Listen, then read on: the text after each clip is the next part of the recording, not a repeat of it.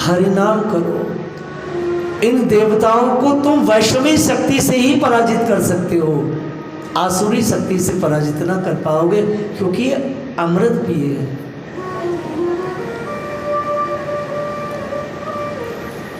शुक्राचार्य माने शुक्र, माने वीर्यवान। 1 वर्ष की तप ने असुरों को बहुत ताकतवर बना दिया। देवता अमृत पिए हैं, असुर शुक्राचार्य की सेवा करते हैं, अर्थात शुक्र की सेवा करते हैं, अर्थात ब्रह्मचर्य का पालन करते हैं। अथाह शक्ति हो गई। बलि महाराज ने अलकापुरी पर आक्रमण किया और अमृत पिए हुए देवताओं को उन असुरों ने ब्रह्मचर्य और ब्रह्म तेज के बल पर खदेड़ दिया, नष्ट कर दिया। देवता मारे मारे फिर रहे हैं, सारे देवता मारे मारे फिर रहे हैं। देवता ठाकुर जी के पास गए। ठाकुर जी ने कहा कि वो सब के सब नियम से चल रहे हैं, सबके सब साधक हो गए हैं, मैं उन्हें अब कुछ न कह पाऊंगा, तुम प्रतीक्षा करो। रो रहे ठाकुर जी, क्या करें, आपने हमें आरक्षित जगह दी है ना रहने की, तो हम तो वहीं रहते हैं, कुछ करो कुछ करो। तो भगवान ने कहा कि मैं कश्यप अदिति के घर वामन के स्वरूप में आऊँगा और मैं दूसरे स्तर से तुम्हें तुम्हारा राज्य दिलाऊंगा। देखो क्या स्थिति है, आप असुर हैं, आप भजन करें, आप खूब भजन करते हो। यदि आप अपने शरीर पर इनर इंजीनियरिंग नहीं करते हैं, आप अपने शरीर से गंदगी नहीं निकालते हैं, अवगुण नहीं निकालते हैं, तो भगवान को ये भक्ति मंजूर नहीं है। इसका रहस्य ये है, न समझे। आप भजन करते हैं और साथ में आप दुर्गुणों को भी पाल रहे हैं, तो ठाकुर जी को मंजूर नहीं है। मैं ये कह रहा हूं, असुरों की कोई गलती नहीं है, असुर भजन करते हैं, लेकिन है तो असुर ना, है तो असुर ना। भैया भजन करते हैं, राधे राधे करते हैं, परिक्रमा करते हैं, लेकिन हो तो असुर ना, अर्थात असुर तत्व पर तो काम नहीं किया ना, तो भगवान आपसे अपना भजन छीन ही लेंगे, आज नहीं तो कल। इसलिए भजन अगर पकड़ा है तो असुरता को निकालना पड़ेगा, अर्थात आपको अपने अवगुणों पर काम करना पड़ेगा। छल से, बल से, किसी भी प्रकार से वह आपकी भक्ति को रहने नहीं देंगे। इसलिए महात्मा जेल खानों में पड़े हैं,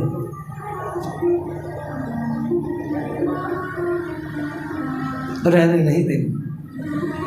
कितना प्रपंच कर लो, यहाँ सबकी पोल पट्टी खुलती है, किसी की नहीं बची, न ब्रह्मा की और न इंद्र की, वरुण, चंद्र, सूर्य, किसी की नहीं। यहाँ तो बस जब शुद्धता से वर्क करता है तभी वो टिक पाता है इस धारा पर, नहीं तो सबको दंड मिलता ही है, कोई हो, आप हो, मैं हूं। बलि पूरे त्रिलोकी के राजा बन गए। ये बलि कौन है? ये प्रहलाद जी के पोते हैं। ये प्रहलाद जी कौन है? ये वो है जिनके लिए भगवान आए हैं। ये आप प्रहलाद जी के चरित्र को सुने ही हैं। देवियों देवताओं,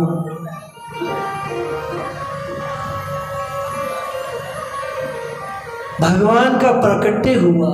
अभी जो द्वासी गई है उस भादों की, उसमें वामन जयंती हम लोग मनाते हैं। हमारे ठाकुर जी प्रकट हुए। बोलिए वामन भगवान की जय।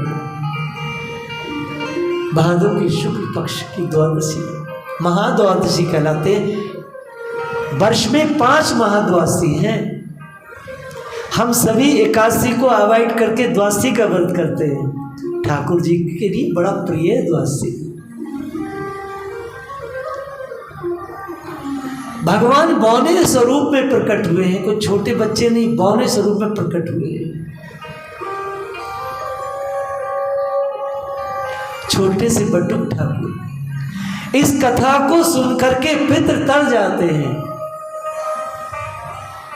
आज इस कथा का उपसंहार है, कल से मैं अपने लाला का गुणगान करूंगा 3 दिन, मगर कृष्ण का इतना सा, किशोरी जी का इतना। सीधी बात है, लाला 10 मिनट में निपट जाएंगे, समझ लेना मेरी बात। 10 मिनट में एक पद गाऊंगा और बात खत्म। कब आए और कब चले गए पता नहीं चलेगा यहाँ, लेकिन किशोरी जी को गाऊंगा मैं। लास्ट के 2.5 दिन किशोरी जी को गाता हूँ। सीधी बात है भाई। बरसाने प्यारी ने बसाए, मैं तो धक्के खाता फिरता था। प्यारी ने बसाई से प्यारी का गुणगान होगा भाई। कोई गुब्बारा नहीं लाएगा, मंदिर गुब्बारों से नहीं सजेगा, सीधी बता रहे हैं पहले ही। हमें उससे चिढ़ है, जैसा है सादगी से वैसी रहे। बस आप लोग माखन मिश्री ले सकते हैं, गुब्बारे नहीं सर। मंदिर जिस तरह है बैकुंठ का अनुभव कराता है। बहुत सतोगुणी ये भवन है, मुझे रस आता है। मैंने ऐसा सतोगुणी मंदिर नहीं देखा जीवन में। मंदिरों में कथा होती भी नहीं है, लेकिन यहाँ खूब रस आ रहा है। और आप सबकी कृपा से आप लोग सब भाव से बैठते हैं। वामन भगवान चूंकि भिक्षुक का अवतार है, भिक्षा याटन करना है, तो सब लोग उन्हें कुछ ना कुछ भिक्षा दे रहे हैं। सब कुछ ना कुछ दे रहे हैं।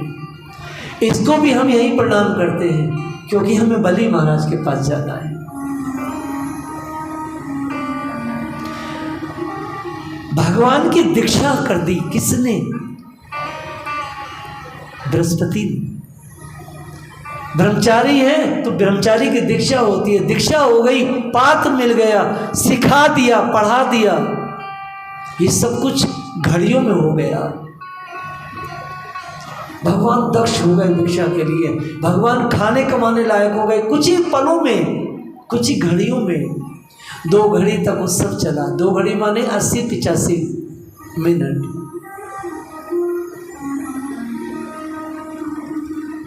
भगवान ने कहा कि गुरुजी, मैं यहाँ किसी को जानता नहीं हूँ, और मैं देख रहा हूँ कि मेरे पिताजी माँ बड़े अभाव में हैं, आश्रम में कुछ भी है नहीं। आप मुझे ऐसे कुछ एड्रेस दीजिए, कुछ अच्छे भले लोगों के, जहाँ मैं भिक्षा याटन करके अपने माता पिता का, अपने कुटुंब का पोषण कर सकूँ। देखो क्या भगवान ने शब्द बोले, माता पिता। अब माता पिता की संतान कौन है? भगवान के समस्त देवता, ये सब भगवान के खास अपने भाई हैं। भगवान के इतने सारे भाई हैं, उनकी भाभी, उनके बच्चे। भगवान कहते कुटुंब कबीला पाल दूं। गुरुजी कुछ ऐसे एड्रेस दे दो, मैं वहाँ जाकर कुछ मांग लूँ और मेरा परिवार बन जाए। आहा क्या बात है।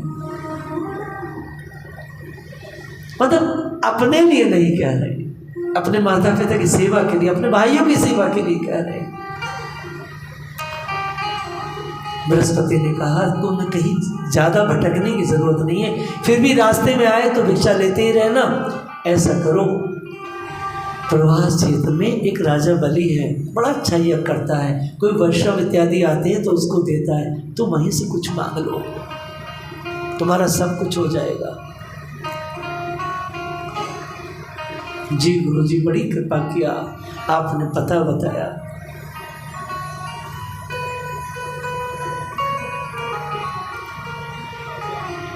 वामन भगवान जा रहे हैं, बहुत सुंदर है वामन ठाकुर, बहुत बहुत खूबसूरत है। ऐसा स्वरूप है उनका कि कोई देखे तो पगला आ जाए। छोटे से आप कभी किसी बहुत सुंदर ब्राह्मण बालक को देखिएगा विरक्त भेष में, वो आकृष्ट करता है संसार को।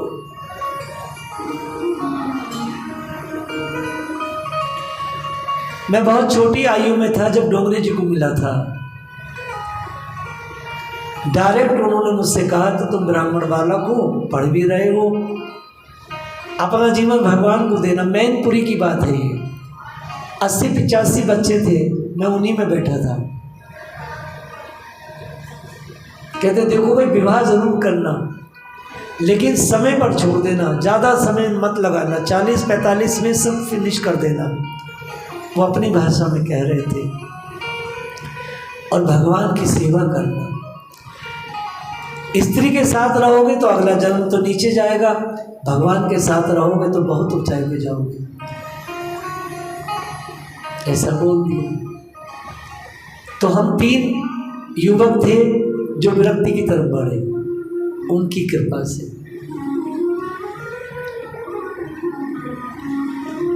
बामन भगवान जा रहे हैं,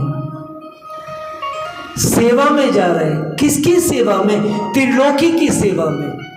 कहा मैं अपने पूरे कुटुंब को पालना चाहता हूँ और सारे संसार की संपत्ति इस समय बलि महाराज के पास है, तो कुटुंब कैसे पले?